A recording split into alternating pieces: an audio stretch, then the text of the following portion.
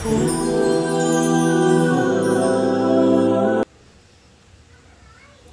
همنشین عاقلان کن، خدایا همردیف عادلان کن.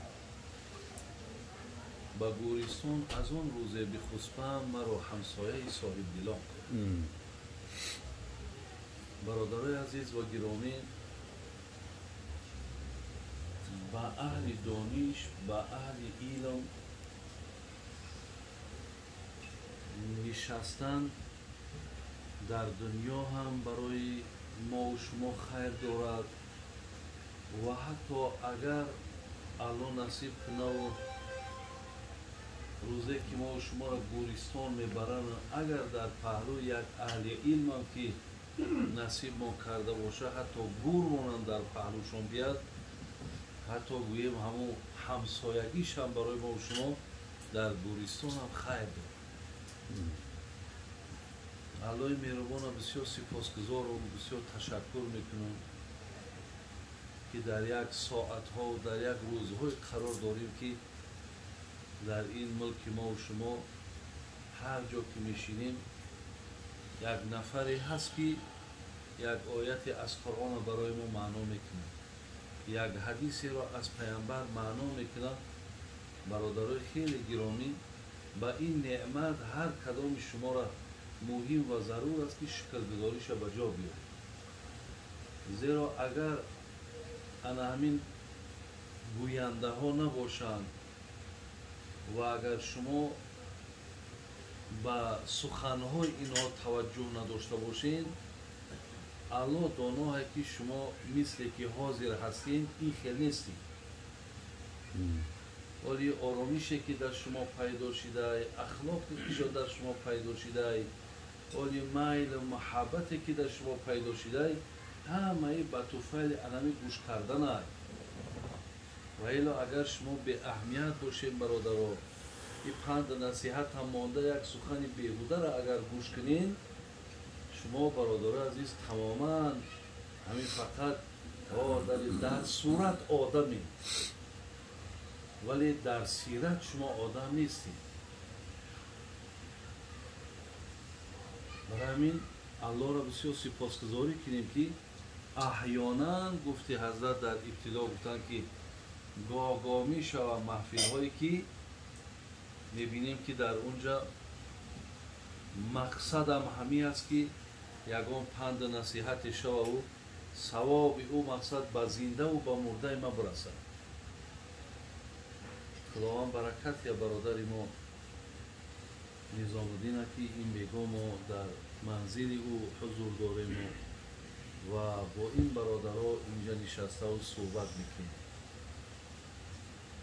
برادرای عزیز و گرامی، یک قصه را جناب مولوی جنون در معدن حالش میارد، همون را کم ترک بیان میکنیم، انشاءالله دوام میکنیم. حضرت میگه شنو که قصه لقمان گوش داد. با اول بنده شخص گرفتار، شب آمد سر بالین مولا، بگفت ای مرد غافل خیز از جا. بهشت خواهان چونین غافل نخوابند، گداها از تضرعا بیابند. حضرت لقمان برادران عزیز که در قرآن مخصوص به نام لقمان ما سوره داریم که بیان میکنن که لقمان یک آدم دانشمند بود، بسیار آدم خیرتمند بود. وقتی میگه نزد همون نفری که در بالاش بگیم رهبر بود، رئیسش بود، خوجاینش بود، وقتی آمد